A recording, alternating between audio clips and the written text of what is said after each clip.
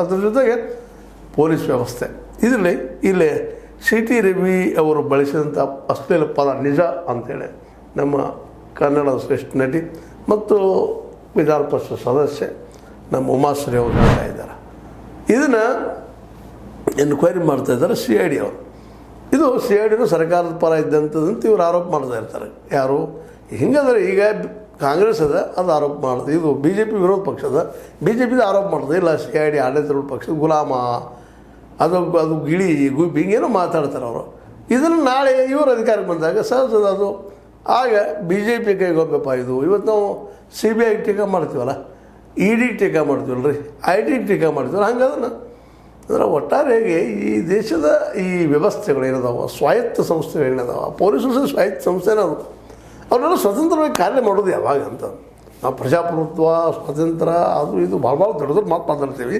ಆದರೆ ಯಾವ ಕಾರ್ಯ ಮಾಡಬೇಕಾಗಿ ಸ್ವತಂತ್ರವಾಗಿ ಅವು ಮಾಡ್ತಾಯಿಲ್ಲ. ಇದಕ್ಕೆ ಕಾರಣ ಯಾರು ಅಂತ.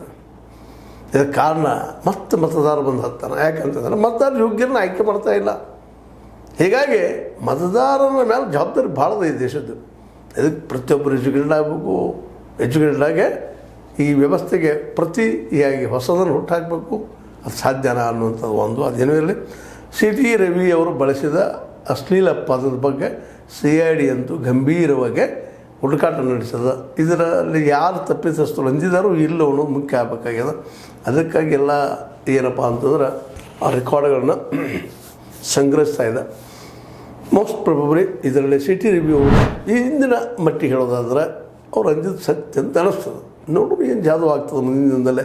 ಯಾಕಂದರೆ ಹೊರಟ್ಟಿ ಅವರು ಸಾಮಾನ್ಯ ಮನುಷ್ಯರಲ್ಲ, ಅವರು ಒಂದು ಹುದ್ದೆಯಲ್ಲಿದ್ದಂಥವ್ರು, ದೊಡ್ಡ ಹುದ್ದೆಯಲ್ಲಿದ್ದಂಥವ್ರು, ಅವರು ಸರಿ ಹೇಳ್ತಾ ಇರ್ಬೇಕಂತ ನಾವು ಅಂದ್ಕೊಳ್ಳೋನು.